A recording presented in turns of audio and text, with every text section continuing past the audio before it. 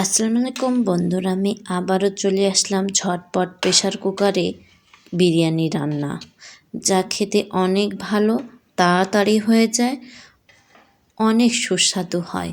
যারা বিরিয়ানি বানাতে পারেন না তারা একবার হলো প্রেশার কুকারে এভাবে বিরিয়ানি বানিয়ে দেখেন, সবাই বলবে যে আপনি সুন্দরভাবে বিরিয়ানি বানাতে পারেন। আমি এখানে কিছু মাংস নিয়ে নিলাম, তার মধ্যে পেঁয়াজ বাটা, রসুন বাটা,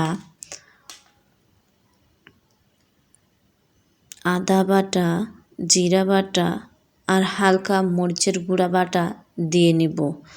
মরিচের বাটা আমাকে খুব খেতে ভাল লাগে, সেন্টটাও খুব সুন্দর আসে, এ কারণে আমি মরিচ বাটাটা দিয়ে নিই। আমি এখানে দেব লবণ, মরিচের গুঁড়া আর ধনিয়া গুঁড়া। মরিচের গুঁড়া দেওয়ার কারণ এটা একটু ঝাল ঝাল বেশি হবে, লাল লাল হবে। আমি বিরিয়ানির লালটা একটু ভালোবাসি, সাদাটা বানাতে গেলে তখন আমি দিই না, কিন্তু লাল বিরিয়ানিটা খেলে আমি মরিচের গুঁড়া হালকা দিই।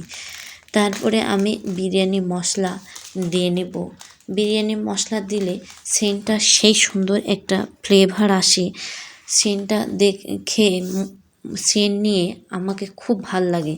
এর জন্য মশলাটার মধ্যে অনেক রকম মশলা থাকে, এর স্বাদটা দ্বিগুণ বেড়ে যায়।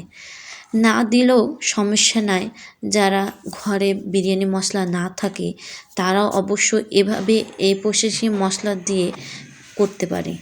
আমি এখন গরম তেলে মাংসগুলো একটু হালকা ভেজে ভেজে ব্রাউন কালার করে নেব, কারণ মাংসটা ভেজে নিলে মাংসটাও কষা হবে, মশলাটাও কষা হবে, তাহলে গন্ধটা আস্তে একটা গন্ধ থাকে, এটা থাকবে না।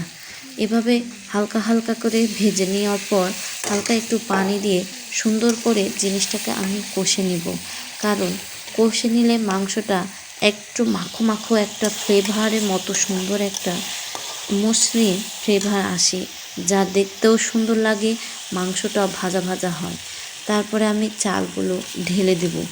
আমি এর মধ্যে চালগুলোকে ভিজিয়ে কিছুক্ষণ রাখার পর সেগুলোকে আমি পানি ঝাঁকাতে নিংড়ে ঝরঝরে করে নিয়েছিলাম। এইভাবে আমি চালগুলোকে ভেজে নেড়ে নেব, যা অল্প একটু ভাজলেই হয়ে যায়। চটপট রান্না তো, এর জন্য আমি তাড়াতাড়ি এভাবেই মাংসের সাথে চালগুলো ভেজে নিই। তারপর আমি প্রেশার কুকারে এভাবে দিয়ে নেব। আমি গরম পানি দিব, তো এর জন্য 2 গিলাস চালের মধ্যে আমি গরম পানি 3 গিলাস দিই, কারণ প্রেশার কুকার তো তাড়াতাড়ি হয়ে যায়।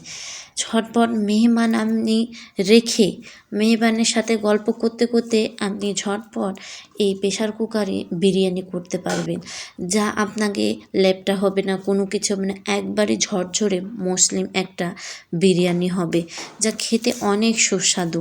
আমি ইতিমধ্যে কাঁচামরিচ, পেঁয়াজ বেরেস্তা আর কিছু কাঠবাদাম দিয়ে নিয়েছি, আবার লবণ দিয়ে নিয়েছি, একটু মরিচের গুঁড়া, ধনিয়া গুঁড়া, আবার একটু বিরিয়ানি মশলা দিয়ে দিলে মাংসের সাথে বিরিয়ানি মশলা, আবার এক্সট্রা একটু বিরিয়ানি মশলা দিলে খুব একটা ফ্লেভার আসে, কারণ বিরিয়ানি মশলা যদি মাংসের সাথে দিই তখন একটা ফ্লেভার আসে, মাংসের সাথে ঢুকে যায়, আর এখন বিরিয়ানির সাথে ঢুকে যাবে।